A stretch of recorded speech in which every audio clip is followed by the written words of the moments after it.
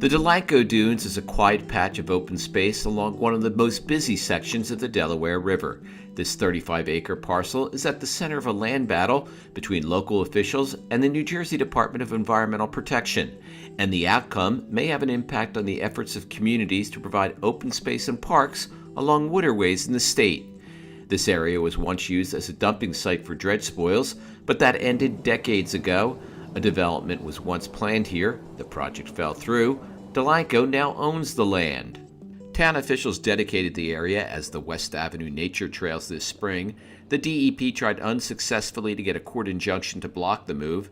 The state is considering using the site once again to deposit dredge spoils from the Delaware as part of an agreement with the Army Corps of Engineers. They do not want to allow any trails. They don't even want a park bench. They don't even want a birdhouse. That was directly from the DEP at our briefing 2 years ago. So these will be completely barren moonscapes that they will maintain because the state does not want to have to fight their way back in. So based on their approach, the new plan, the dredge materials management plan that they want to implement, we are fighting, seriously and strenuously that this should not be a permanent site. Templeton says a 1944 court decree placed the land under Delanco's control. The deeds that was derived from the previous developer show conveyances of riparian rights that were granted by the state of New Jersey and the United States of America for this property. Cliff swallows have made their homes along the dunes. The nature trails here are used by people even during the winter months. Officials say this area is one of the only places residents can get access to the Delaware River. Town officials say they have taken responsibility for the area. There were no rules and regulations for this area, and it was to the benefit and safety and welfare of the residents of Delanco to declare this or to place this on the Rossi list so that we have more control and the safety aspects are there for our police. The Delaware Riverkeeper Network is seeking to intervene in the lawsuit to challenge the DEP's actions.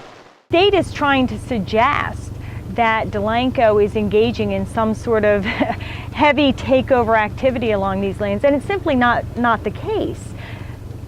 The residents of Delanco are simply trying to enjoy their natural area, their free and easy access to the Delaware River, and we want to stand up for that. We're also very concerned here about the precedent that would be set.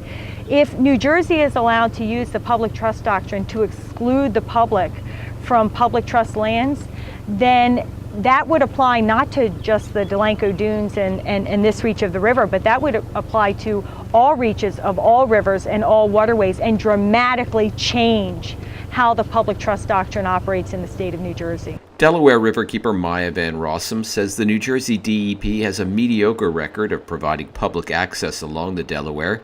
She points to the Route 29 tunnel built in the late 1990s. Many Trenton residents were once able to walk along the banks of the Delaware.